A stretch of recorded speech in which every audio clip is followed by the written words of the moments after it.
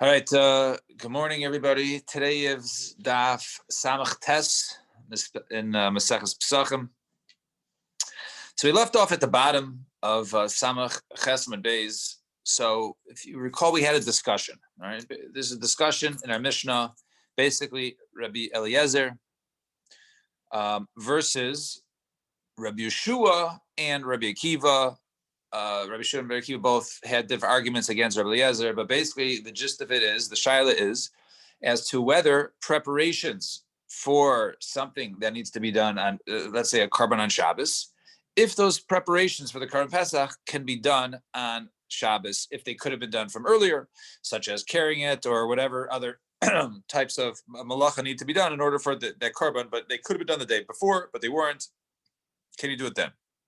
Rabbi Eliezer says mutter, and Rabbi Shua asks a question on him, and Rabbi Akiva asks a question on him, and there's a little back and forth in our Mishnah. So we're going to get to that discussion. So meanwhile, we left off 3 lines from the bottom. Amar Rav Ashi, ulamai dekomar Rabbi Eliezer nami yom tov rishus islay percha. So according to Rabbi Eliezer, right, who said in our the argument, which was I think Daf Samech Dalet, I think. Maybe not. There you go. Oh, yeah. It was Samach. Excuse me. On Samach Chemad Beis, right? So he says, right? Rabbi Eliezer says it's Daikin, right? He says that it's Shchita, right? So Rabbi Eliezer says that in terms of, there's an argument as to whether Yontif itself is a Rishus in terms of, let's say, to go ahead and to perform. So he says, even according to Rabbi Eliezer, that he says that Yontif is a Rishus, it's not a Chiyuv. In other words, you can go all day without doing any sort of food preparation or anything else, because it can be Kulo Lashem. Isla Pircha. You can ask a kasha. Uma Yontif Shehiter Ba Malacha Shel Rishus.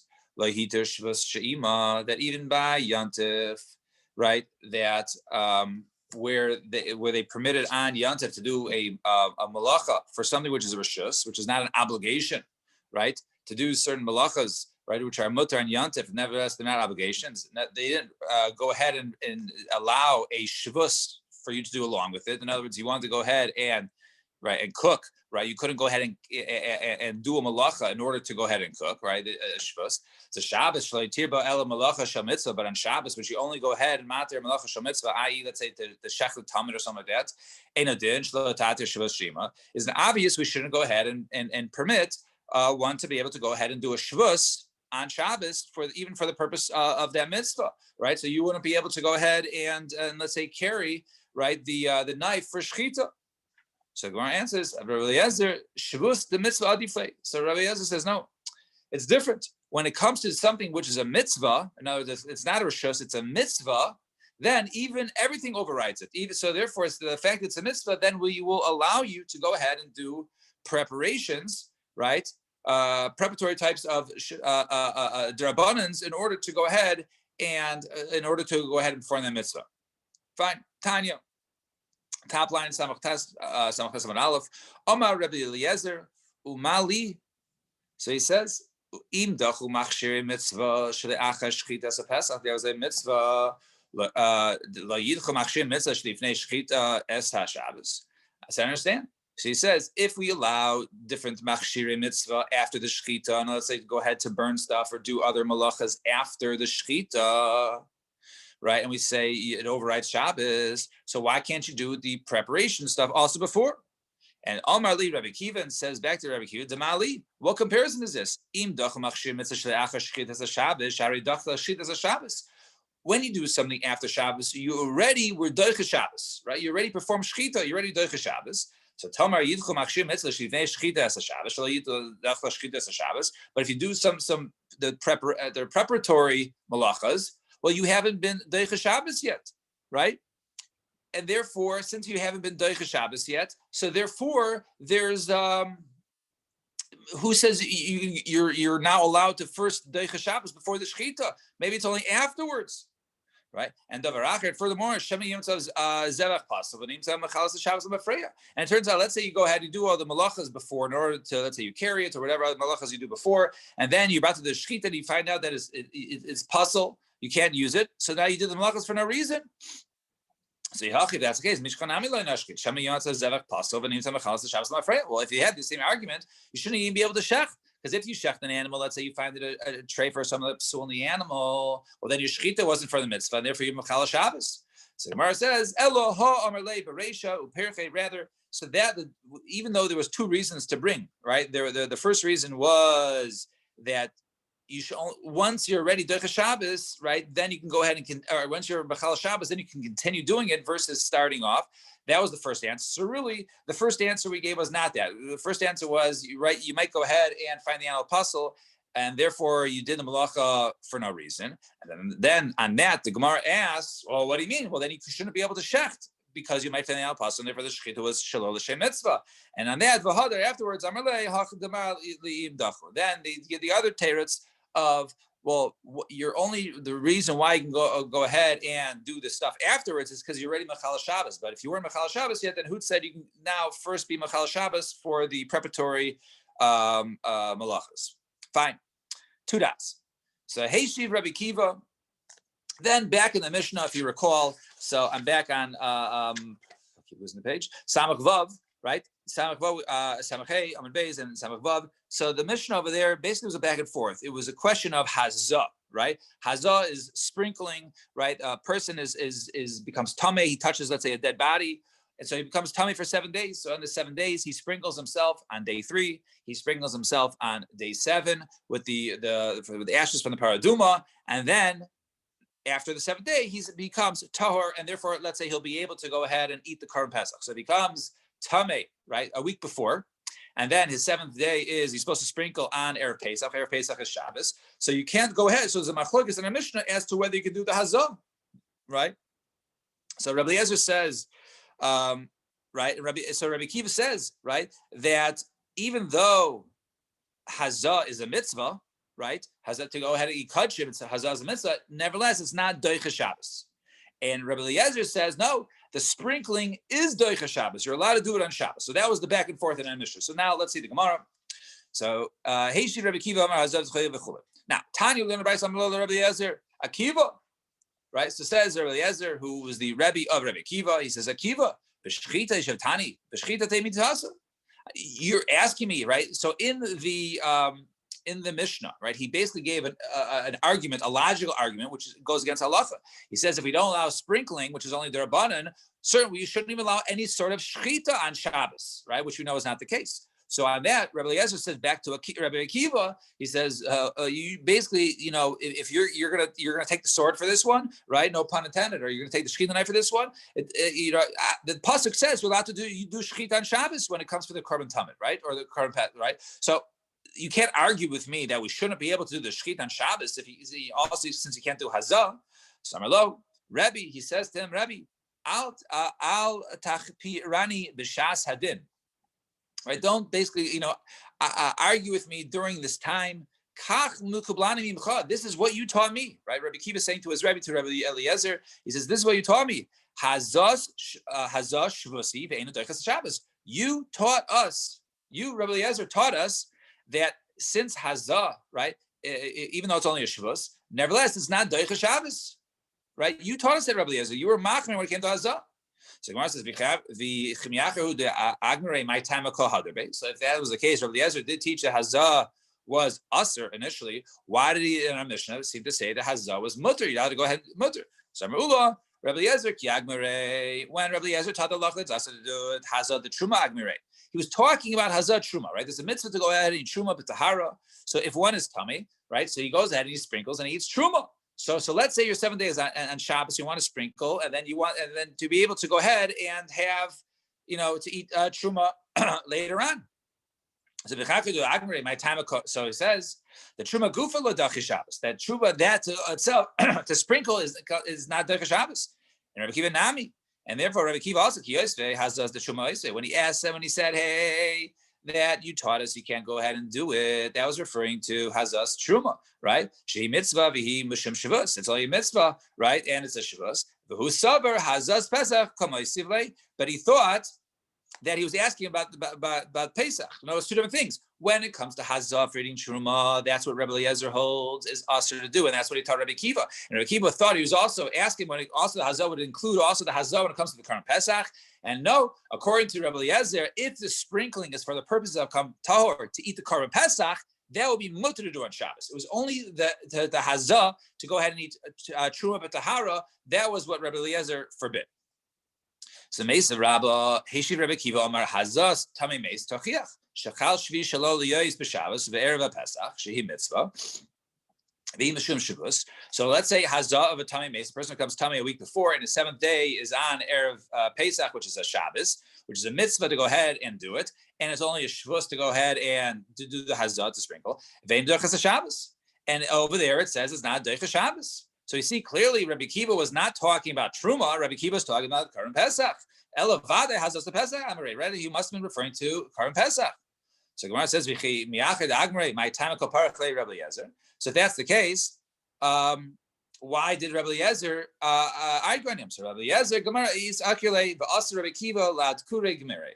Rabbi Eliezer really forgot. He forgot that there was a difference, right? Rabbi Eliezer taught that it was mutter to do. He only taught it, right? It was that when it came to the Korban Pesach, not the other way around. So therefore, he actually forgot it, and Rabbi Kiva is coming to go ahead and remind him. So just why don't you just say beferish? No, you forgot that the halacha is different in this case, right?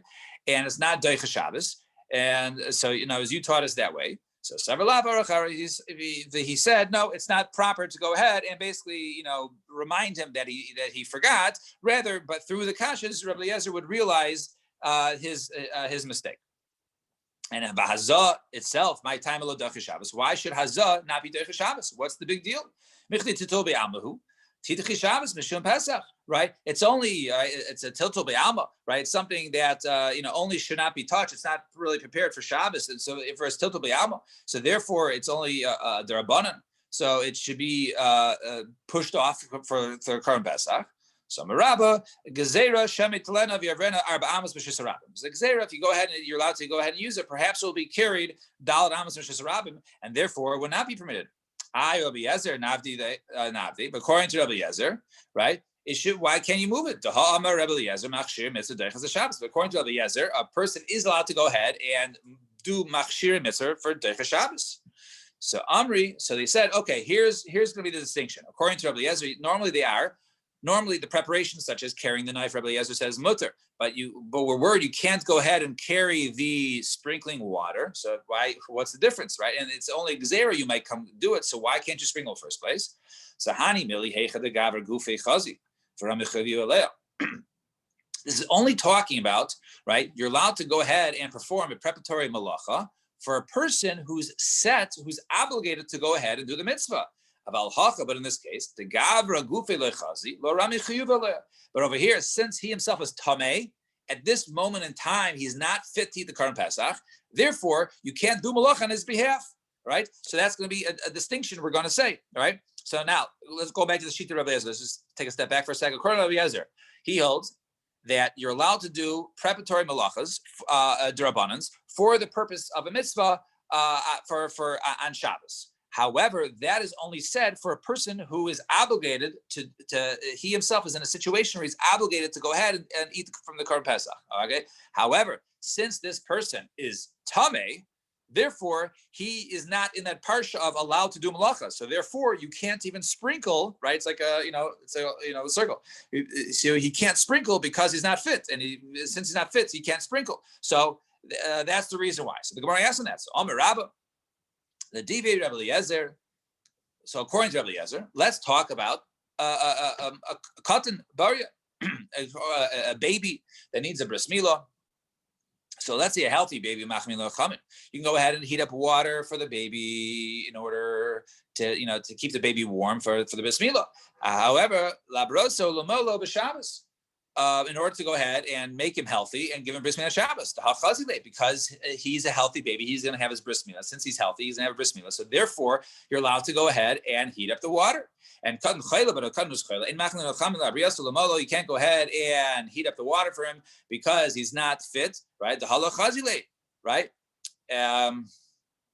So we see over here that Right. So according to Rabbi Eliezer, that should be the halacha.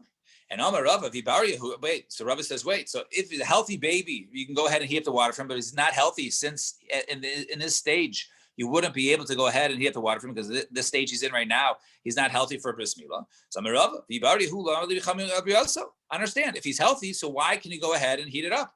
Elamar Rava. So rather, Rava says, Hakol chulin chaylin hein eitzel milah. Echad katan bari, echad katan chayla. Rather, it must be that since you have to go ahead and heat up, right, the water for the baby, basically all infants, all babies, right, within on the eighth day, are considered to be chaylas, right? And since they're chaylas, since a chayla is not fit for a bris milah, because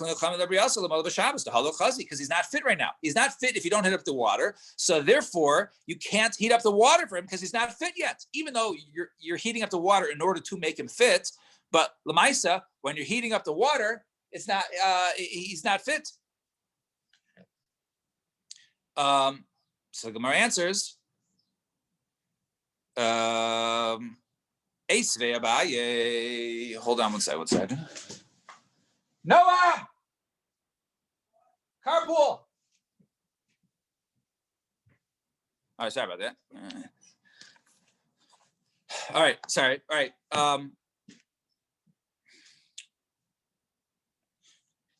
Fine. So Abaye. So Abaye has a kasha on this. So in other words, that which we say that you can't go ahead and do malacha for. I'm just a little distracted. Sorry about that. So Rava. All right. So we said it before that you can't do malacha for someone who's not fit for do the mitzvah. So someone who's tamei is not fit for the mitzvah. Therefore, you can't do any sort of malacha, preparatory malacha for that.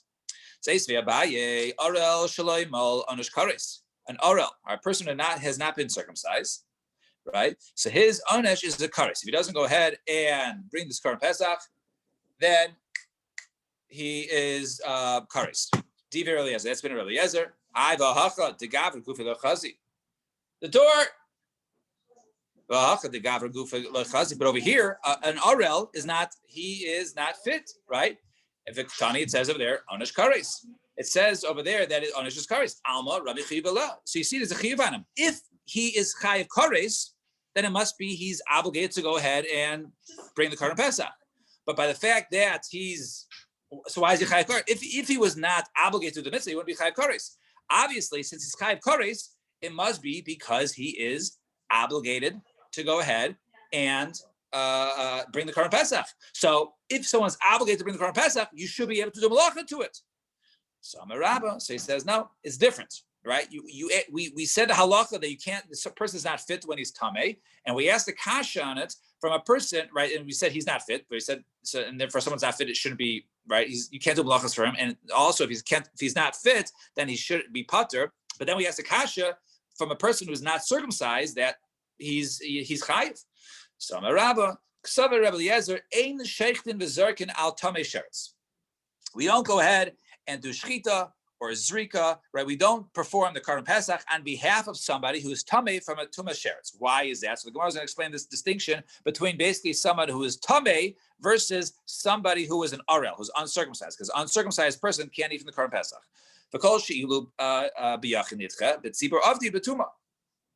Anything, if a person is pushed off for, and if he was, let's say, tamei, right?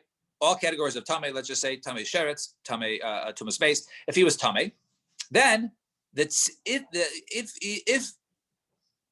the tzibur, right, would be tamei, then they would be obligated to go ahead and they would do it. They would do it right now.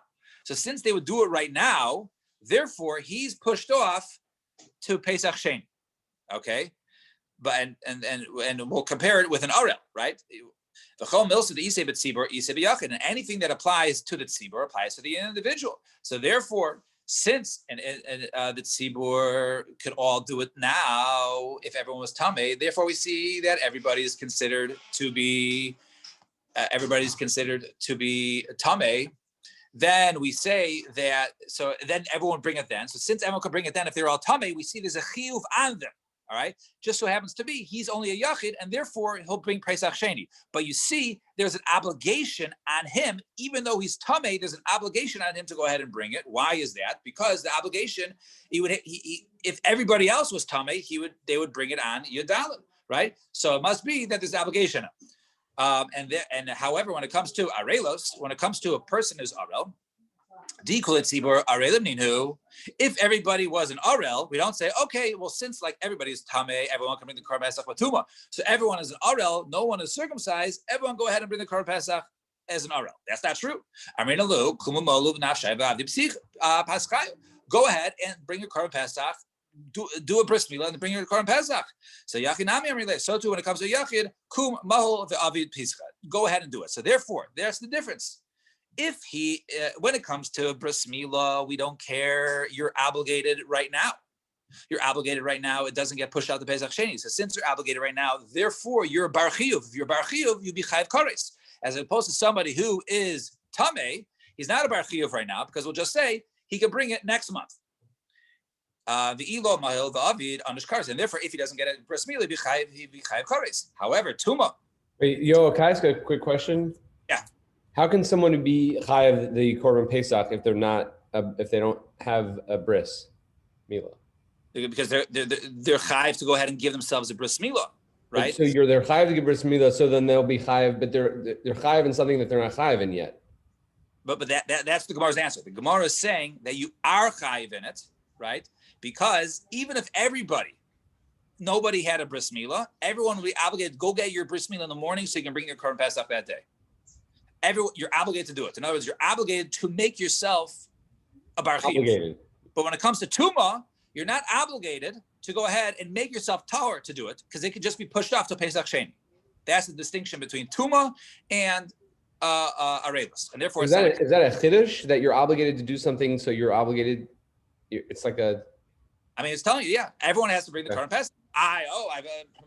I'm punted from korban pesach. I had a bris milah, and it says a person without a bris milah can't go ahead and give korban pesach. No, that's not an excuse. Give yourself a bris milah, which anyways you're chayiv kares for not doing, but we'll get to that later, and then bring your korban pesach. That's not an excuse. Okay, thank you. But when it comes to tuma, if everyone's tuma, lo madina alayo.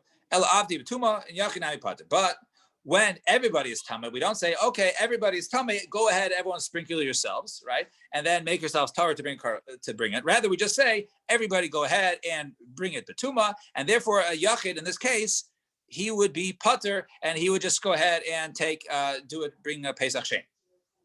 So Amarle Rav Huna Brei Davishula Rava, I Varei Pesach Sheni, the less of a tzibur v'isibi yachid. Understand? So if you say the obligation is only on him when there's obligation on the tzibur, like in the case of Arelus, what about Pesach Sheni? The tzibur is not doing it anymore; it's just him b'yachid, and he's tamei, right? So he shouldn't be obligated to go ahead and he's putter if he needs to sprinkle a second time, then he should be tamei. So Amarle Shani Hasam over there, it's different, right? Daha Avid tzibur berisha. Right, the tzibur already did it. Since the tzibur already did Pesach Rishon, it was like they were obligated, and therefore, since they were obligated to go ahead, and therefore his obligation is now to go ahead and bring it then if he is tahor. So Meisavek Yachol Yanush Kares. Well, that's another kasha from this brisa. So it says Yachol. You might think, well, yeah, Anush Kares Elashaya Tahor. Vashalaya B'der Chayka. Maybe when is a person chayiv kares for not bringing the korban pesach? Reuven, it's a little bit where you're touching upon. You might think havamina, right? This is going to be a havamina. You might think that only if a person was tahor and he was not far away. In other words, I was in Yerushalayim, I was tahor. I have no excuse not to bring the korban pesach. Only then I'm chayiv kares. However, if I'm an orel, utamei sheretz, ushar kol tameim, or whether he was, he became tamei through a sheretz or other forms of tuma, minayin, how do we know that such a person is chayiv kares, right? Tamaloymar, therefore it says v'ha'ish, right? The word va'ish answers Reuven's question, right? Reuven answered, I forgot, right? It says va'ish to teach you that everybody is obligated. I am an orel, I'm tamei. It says ha'ish, right? But we have a special thing that if you're tamei, right? Then we said earlier that is neither the Pesach Sheni. Now, b'dika hadar at tamei sheretz, by the fact that it lists over here tamei sheretz the same as an orel ksaver, it must be ein sheikh the mezarkin al tamei sheretz. It must be that we don't go ahead and offer Korban Pesach on behalf of a person who's Tamei Sheretz, right? Because we basically include like an Orel, right? A person who doesn't perform the mitzvah, right? He's Tamei Sheretz. Right? Because if it's somebody that we do go ahead and offer the Korban Pesach, well, he's no different than a person who we first listed as tahor, right? That someone who is tahor and he doesn't do it, right? So you'd be in the first category. Obviously not. Alma. So what do you see from here? Even though he's not fit right now, i.e., he's Tamei Tumas Sheretz, there is an obligation on him, right? Not like what you're saying, right? We had this whole thing before us. Since I'm telling you there's actually no chiyuv upon me, and that we said over there, since there's no chiyuv on me, you can't do any malachas before, such as sprinkling to make me tahor. So that's not true anymore, right? We see over here that this brisa, right, refers to somebody who can't have the Korban Pesach, right, in Arel, and also Tamei Sheretz. So we see it's a chiyuv, and afagad the lesser b'tzibur, yiseh b'yachid, right? And there, nevertheless, there's a chiyuv on him, even though there wouldn't be a chiyuv to sprinkle if everybody was tamei, because everyone would just bring up a tumah. But since that we see there's chayv on him, so elamarava ksaver Rabbi Eliezer sheichtin v'zorchen al Tamei Sheretz. You do go ahead and you shecht and you do a zrika for somebody who's Tamei Tumas Sheretz. And so too, you go ahead and do zrika for somebody who's seventh day of from Tumas Meis. So hazah lamai, and if that's the case, what's the hazah for? The achila psachim le'makva, and therefore, if the person's a bar chiyuv, so then why don't you do hazah? So he said, no, the hazah is only in order that you can go ahead and bring it on behalf of somebody who's tamei. You can shech on behalf of someone who's tamei. So what's the hazah for? To eating it. So eating it is not ma'akev. It doesn't affect the shechita and the offering of the korban. It just, you didn't eat it. So Gemara says, wait. It turns out this is considered a korban pesach, which was shechted, right? For non-eaters, because the person is tamei. If you don't allow him to go ahead and do zrika, right, and to make himself become tahor, right, then we see that you're shechting shelo liak, right, and shelo lachlav. So he says, over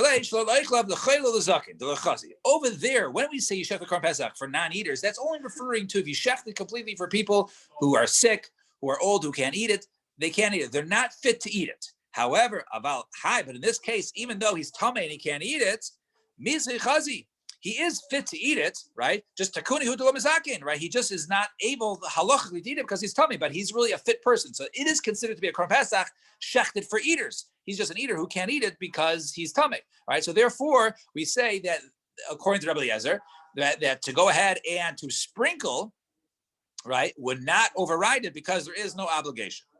Fine. 2 dots. Now it gets a little easier. So we said in the end of the Mishnah on Samach Vav, it says, Klal, Rabbi Kiva said over there, right? Klal Godel, right? It says, Kol malacha she'efshar la'aseisa be'erev Shabbos, eina doichas Shabbos. Says Rabbi Kiva, if you're able to perform it before Shabbos, and you didn't do it then, it doesn't doichas Shabbos, right? She'i efshar la'aseisa be'erev Shabbos, right? But let's say you can't do it from before Shabbos, let's say like the Shechita, then it overrides Shabbos. So that was the rule. So Zak the Gemara, first of the wide lines, we